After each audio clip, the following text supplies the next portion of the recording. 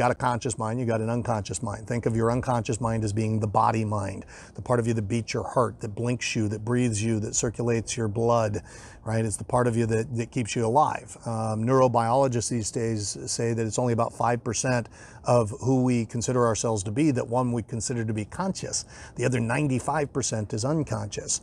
And you can consider the relationship between the conscious mind and the unconscious mind as being like think of the conscious mind as being like a big brother or a big sister to the unconscious mind. Or you can think of the unconscious mind as being like a 7 to 9-year-old child that looks up to the conscious mind like a parent figure. When we think of methodologies such as reparenting yourself or inner child work, that's based on this notion that there's this relationship between the conscious mind and the unconscious mind. And a lot of us have come from backgrounds where we grew up in dysfunctional families. In fact, who didn't have a dysfunctional family, right? What is functional?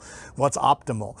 So we all have deficiencies. Let me put it that way. We don't have to blame things on our parents, but we all have deficiencies. Maybe we didn't have the best example from a financial perspective when we were growing up, or maybe we didn't have the best example from a relationship perspective, or from a health perspective, or from an emotional perspective, or a psychological perspective. And so it becomes incumbent upon us as we get older to sometimes take the role that the parent may have taken when we were younger, and to literally reparent ourselves again or grow ourselves up again. And so that metaphor between the conscious and the unconscious mind becomes a very valuable metaphor, because it becomes the conscious mind's responsibility as the parent to reparent the unconscious mind.